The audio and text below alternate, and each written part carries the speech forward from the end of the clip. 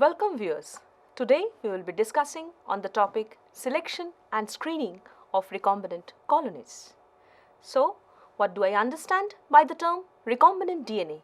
It is a technology which is of recent advances in biotechnology, which was developed by two scientists named Boyer and Cohen in the year 1973, and the credit goes to Herbert Boyer, who constructed the first recombinant DNA using bacterial DNA and plasmids. The definition of RDT states taking DNA from two different sources and combining them together is what do I understand by making a recombinant DNA. But it gains momentum if we are in a position to make many copies of this recombinant DNA, and this methodology is called cloning. So, the steps of making the recombinant DNA is number 1, isolating the DNA which is to be cloned and the vector within which the gene is to be introduced. Second, cutting off the vector and the insert. Third, joining of vector and insert DNA. Fourth is transforming them into a suitable host, and cloning, and the most important one is the selection of those cells that have received the recombinant DNA, which is the focus of our today's discussion, that is selection of the transformed cells that have received gene of our interest. So, the selection is done on the basis of existence of certain genetic markers or genes that are used to select the cells that have received the recombinant DNA. But we have developed various methods to identify the recombinant DNA bearing host cells. This comprises of two important steps. Number 1 is genetic selection and number 2 is screening. Genetic selection is done on the basis of existence of certain antibiotic resistance genes which are present inside the cloning vehicles or the vectors.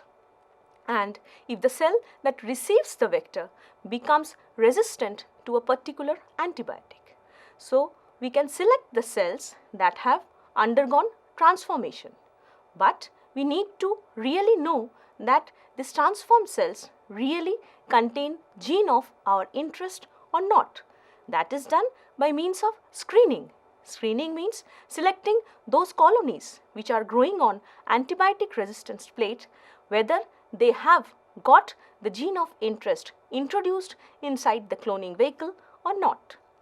So, this can be done by methods called insertional inactivation or blue-white screening that we will be discussing just now. So, you can see here selection is a process designed to facilitate the identification of recombinant DNA while preventing the growth of non-transformed bacteria. On the other hand, the selection strategies involve selectable marker genes whose presence can easily be demonstrated, like the ampicillin resistance gene. Selection or screening can also be achieved through insertional inactivation. Here you can see that the transformed cells are having the existence of a plasmid which contains a antibiotic resistance marker gene.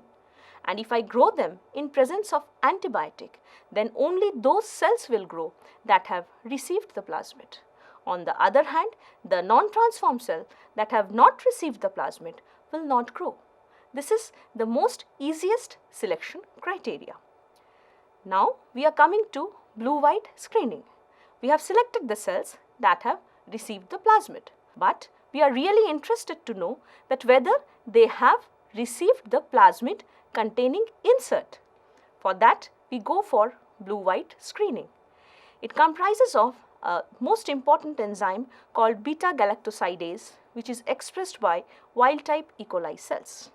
We take here mutant cells of E. coli which are unable to produce complete beta-galactosidase enzyme.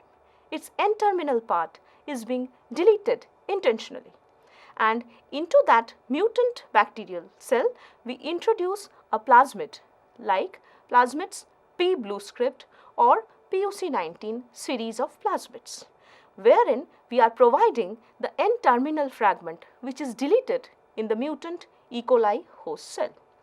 So, if the plasmid is introduced inside the bacterial cell, then only beta-galactosidase will be produced, and X-gal is supposed to be the substrate which, when broken down by beta-galactosidase, produces a blue colored compound, and we get blue colonies. So, getting blue colonies is an indication to get the cells that are transformed. But in the MCS region of the plasmid, if we introduce gene of our interest, then the N-terminal part of the LAC-Z, which was provided to complement the lac which is present in the host cell, is destroyed. Therein, the complementation is destroyed and we will get white colonies. The white colonies which are growing in presence of antibiotic are the only colonies that are transformed with plasmid bearing insert. So, herein we have gone through two different methods. First, we have selected the cells by growing them in presence of ampicillin, and those cells that have received the insert and giving white colonies on the disruption of this alpha complementation process. In colony hybridization, you are getting many colonies, out of which you are interested to screen out the colony that bears gene of your interest. This hybridization methodology is mostly used if you want to screen a particular gene of your interest from a genomic library that you have created. This colony hybridization method, transferring all the cells that you have got on the antibiotic resistance plate onto a nitrocellulose membrane, then lyse the cells and to denature the DNA. After that, a probe is added which is just suitable to hybridize with the gene of your interest, and you will see the impression on means of autoradiography. And if you take the image from the autoradiography and place it onto the master plate, then you can get hold of those colonies that bears gene of your interest. So, this is how colony hybridization is done.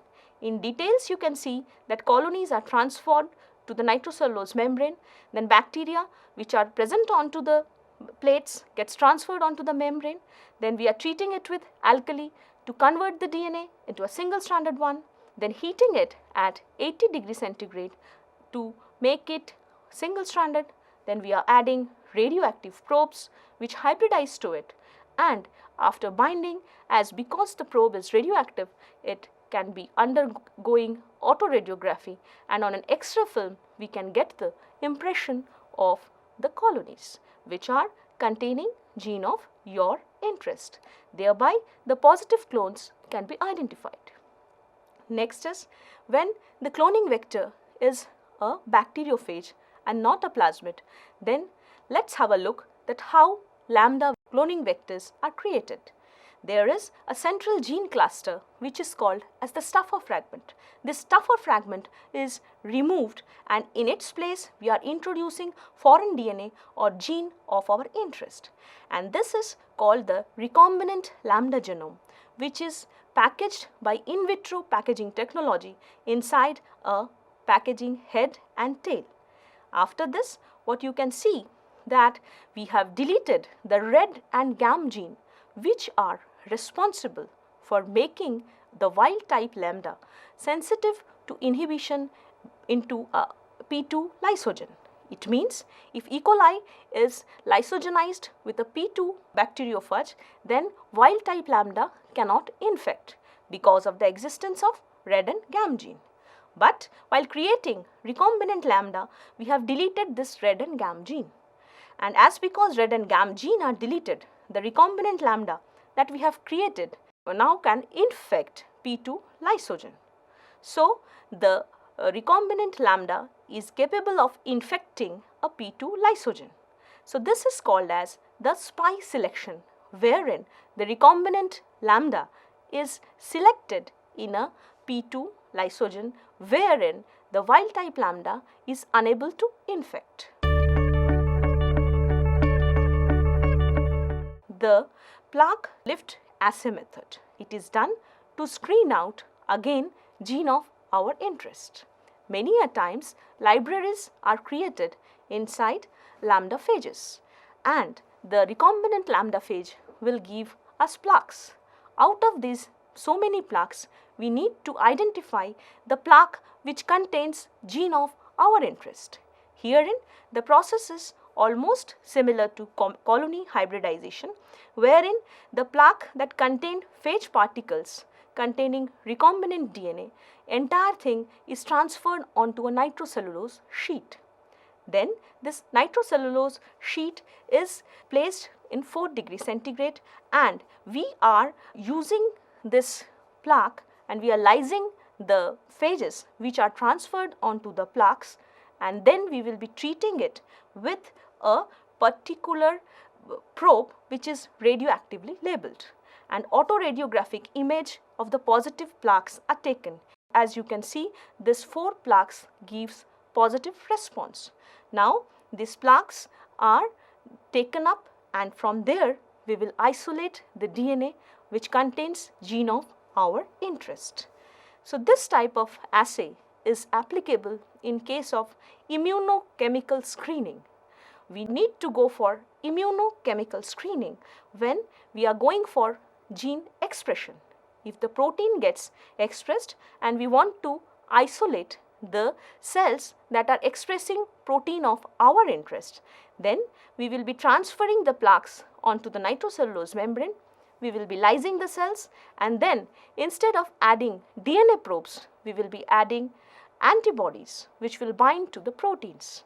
And after adding primary antibody, we will be undergoing washing to remove unadhered positive antibodies. Then we add secondary antibody added with a substrate, and the color reaction gives us an idea to identify the protein which is of our interest. Thereby, we can get back to the plaques which bear the gene of our interest. If the cloning vehicle is an yeast artificial chromosome, what are the essential features of an yeast artificial chromosome? It bears an origin of replication, and it bears telomere sequences and centromere sequences for proper segregation of the chromosome. We have got 2 selectable markers here indicated as X and Y. Generally, we use URA3 and TRP1, which codes for uracil and tryptophan. These are the 2 essential metabolic compounds which are needed for the growth of yeast cells. And the host that we are using are generally auxotrophs to uracil and tryptophan. And they can grow in the minimal media if and only if they receive this YAC vector. This is how the selection is done. On the other hand, if I want to screen out those yeast cells that have received the gene of our interest, then we need to go for a further screening process that is called red-white screening. What do I understand by red-white screening? In red-white screening, as you can see, that the YAC is digested with EcoR1 site. EcoR1 site is the MCS region of the YAC vector. It contains another gene called SUP4. This SUP4 gene actually codes for a suppressor tRNA, which suppresses the mutation in the ADE21 gene. ADE21 gene is mutated in case of the host yeast cells, and as because it is mutated in the yeast cells, it gives it a red pigmentations.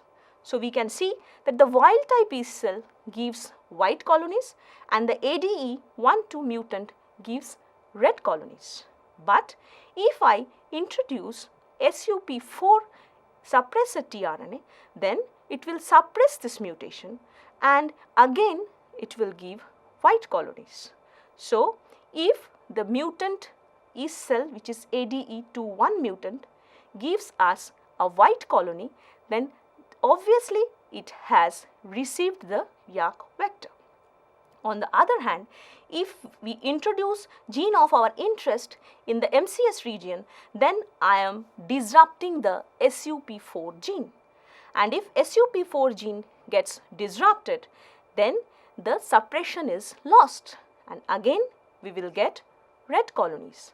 So, if the mutant cells that are supposed to be auxotrophs are growing in the minimal media as well as they are giving red colonies, then obviously they are containing the yeast artificial chromosome containing gene of our interest.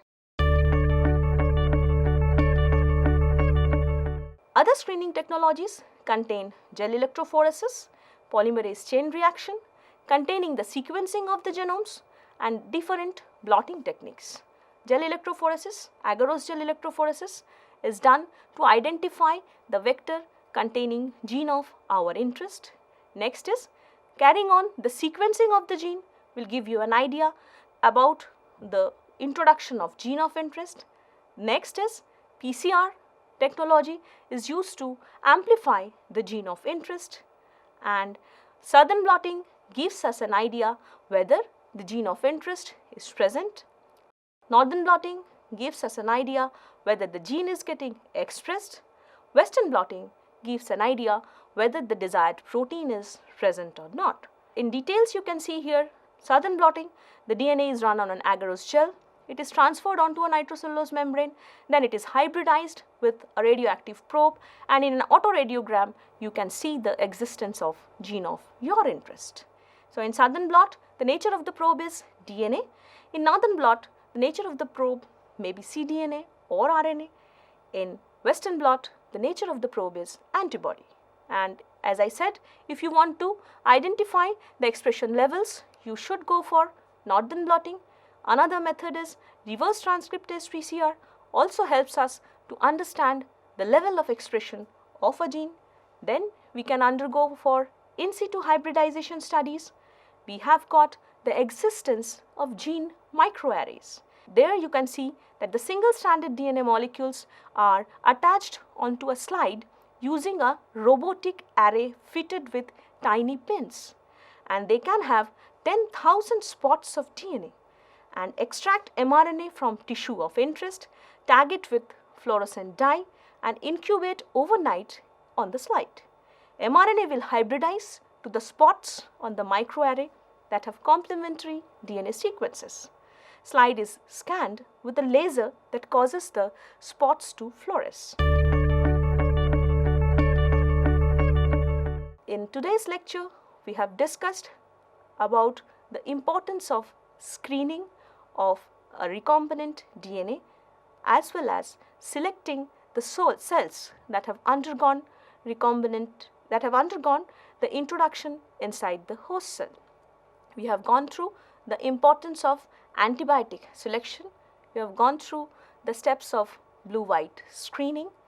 Then we have discussed the importance of spy selection and the red-white selection to identify the YAC bearing gene of interest.